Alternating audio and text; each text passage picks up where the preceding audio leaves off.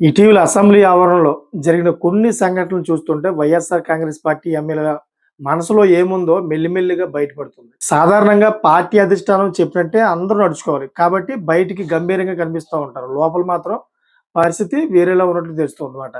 ముఖ్యంగా bill gates పర్యటన గురించి గత కొన్ని రోజులుగా వైసీపీ నేతలు చేస్తున్న విమర్శల వెనుక అసలు కథేంటో ఒక ఎమ్మెల్యే మాటతో తేలిపోయింది. కూటమి ఎమ్మెల్యేలు ఎదురుపడి పలకరించినప్పుడు, ఆ వైసీపీ ఎమ్మెల్యే చాలా వింతగా స్పందించడం ఇప్పుడు చర్చనీయాంశంగా అయిందన్నమాట. అన్నీ తెలిసి కూడా నన్ను ఎందుకు ఆడుకుంటున్నారు అని ఆయన అనడం చూస్తుంటే పార్టీ ఇచ్చే స్క్రిప్ట్ చదవడం తప్ప వారికి మరో మార్గం లేదని స్పష్టంగా అర్థమైపోతుంది. అంటే పైకి విమర్శలు చేస్తున్న ఆ విమర్శల్లో పసలేదని సదరు ఎమ్మెల్యేలకు కూడా తెలుసని ఈ మాటల ద్వారా స్పష్టమవుతుంది. సో ఇది కేవలం ఒక ఎమ్మెల్యే సమస్య మాత్రమే కాదు. ఆ పార్టీలో ఉన్న చాలా మంది పరిస్థితి ఇలాగే ఉందని అనుమానాలు వ్యక్తం అవుతున్నాయి. సో ఇంకో పక్క చూస్తే పార్టీ అధ్యక్షుడు జగన్మోహన్ రెడ్డి గారు అసెంబ్లీకి వెళ్ళకూడదని నిర్ణయించుకున్నా కూడా ఎమ్మెల్యేలు మాత్రం అటెండెన్స్ రిజిస్టర్ దగ్గర కనిపిస్తున్నారు. లోపల సభలోకి వెళ్ళి చర్చల్లో పాల్గొనకపోయినా బయట సంతకాలు పెట్టి వెళ్ళడం వెనక పెద్ద వ్యూహమే ఉన్నట్లయితే కనిపిస్తోంది. బహుశా రాబోయే రోజుల్లో వచ్చే అలవెన్సులు లేదా ఇతర ప్రయోజనాల కోసమే వీరు ఇలా సంతకాలు చేస్తున్నారా అనే ప్రశ్నలు వస్తూ ఉన్నాయి.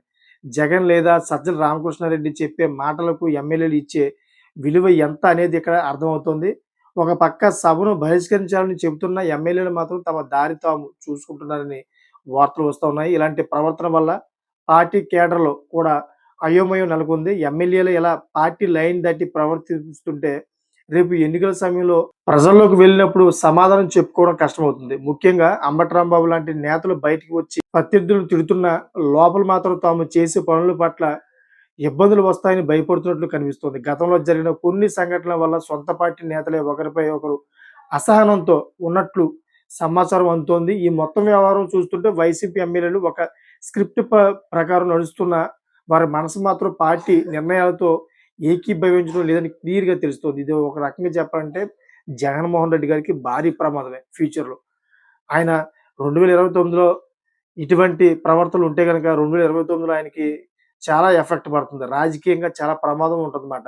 ఎందుకంటే వీరి యొక్క సొంత ఆలోచనలు లేకపోవడం వల్ల జగన్మోహన్ రెడ్డి గారు చెప్పిన మాటలతోటి ముందుకెళ్ళడంతోటి వాళ్ళ సొంత ఆలోచనలు తగ్గిపోతా ఉంటాయి. వాళ్ళు ఏ నిర్ణయాలు కూడా సొంతంగా తీసుకోలేరు. సో, వాళ్ళు నియోజకవర్గంలో అంత స్పీడ్‌గా ఎళ్ళలేరన్నమాట. సో, మీకేమనిపిస్తుందో కామెంట్ చేయండి. నచ్చితే గనక లైక్ చేసి సబ్స్క్రైబ్ చేసుకుంటారని కోరుకుంటున్నాను. Thanks for watching friends.